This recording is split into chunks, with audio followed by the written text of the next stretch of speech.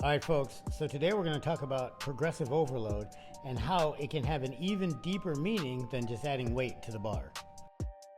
Now, progressive overload, while meeting the rigors of scientific scrutiny, in fact has its origin in the apocrypha of myth and legend. You might be familiar with the tale of Milo of Croatan, or Milo and the Bull. Essentially, what this entailed is Milo, as a youth, had a young calf that he would hoist on his shoulders and carry around. As Milo aged, the calf in of itself aged and eventually became a full-grown bull. What this illustrates in a very simple manner is the organism's ability to adapt to increased stresses over time. Now, I use that language very specifically because what most people interpret from the tale of Milo and the Bull is the relationship with progressively increasing load and the adaptation being increased strength and muscular hypertrophy. And this much is true. However, while progressive overload is definitely a driver of strength and hypertrophy, progressive overload as a principle can be defined as much more than just that. For this more sophisticated take on progressive overload, we need to distinguish between quantitative and qualitative measurements. A good way to distinguish between the two is, can you count or measure it, or is the metric of a more superlative nature? An example of a qualitative measurement would, for instance, be technique or skill acquisition. Now, a lot of, for lack of a better term, gym bros kind of poo-poo the idea of progressive resistance being anything other than relating to load/intensity or an increase in resistance.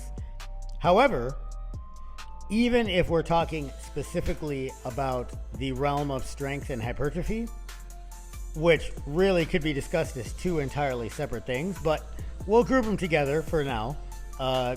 Since we started this video with the tale of Milo and the Bull, even in the context of strength hypertrophy, qualitative progressive overload is 100% a thing, because there are certain lifts where you cannot move more weight until you get better at the lift. In other words, progressive overload is only amenable to having a high level of skill in the movement. The obvious example would be something fast, like weightlifting. So in other words, clean and jerk and snatch. You need to be terribly strong to move good weights in those lifts, but you also need to know what you're doing. I've seen 600-pound deadlifters that can't even clean and jerk 2 plates, and certainly not snatch 2 plates. And even the powerlifting movements, bench, squat, and deadlift, after a certain point, your strength will top out and you will not be able to get stronger unless you improve your technique. The Soviets often referred to strength as a skill, after all. And for those of you that still discount an increase in skill as a form of progressive overload, think about it in the context of jumping. All right? Does your ability to squat more weight 1-for-1 correlate to an increase in jumping ability? For most of you, you will find that it does not 1-for-1, because there is a certain amount of proficiency required for you to convert your newfound strength into a rapid rate of force development, into more neural drive. Because you have to generate more force, recruit more fibers in a shorter period of time, that is definitively an increase in stress, an increase in demand, an increase in intensity in those muscles that you just used to progressively overload your squat with just weight. And that particular form of progressive resistance is more a strength specific form because of the inverse relationship between loading and velocity. But that's a separate discussion. So while a little more sophisticated than Milo and the Bull, that's still an example of progressive overload that we can measure, rate of force development, right? Now, I was going to delve into esoterica, like, you know, the artist using a more sophisticated color palette, for instance, over time as a kind of qualitative progressive resistance. But let's keep it gym specific, because that's what this channel's about, right? So a great example of qualitative overload that gym bros will certainly appreciate is getting better at lateral raises. The side lateral is almost a lost art.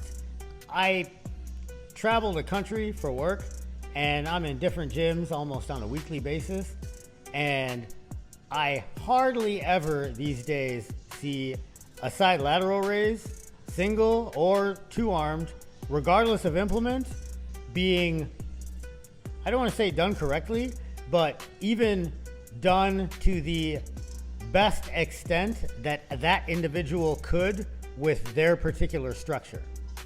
Face pulls is another one, but lateral raises are a great example. There are certain exercises where it's just not amenable to strength. The only way to progress is to get better at the exercise. And getting better at lateral raises is harder. Regardless of how strong you are, even if you're prime Ronnie Coleman, like, you have to put forth a meaningful amount of effort to do lateral raises correctly. And then when you get way better at them, you can do a little bit more weight, and now all of a sudden it becomes way harder all over again. I can think of no better way to describe a qualitative form of progressive overload than improving your skill at lateral raises. So does progressive overload mean increasing the weight, training harder than last time? 100%. But it can mean that, but it can also mean so much more. And remember, folks, even in the context of adding more weight, it's not just about being stronger every workout. Sometimes even simple linear progression in weight takes a meaningful period of time, which is why consistency is a superpower. And to get the most out of progressive overload, stay in the fight.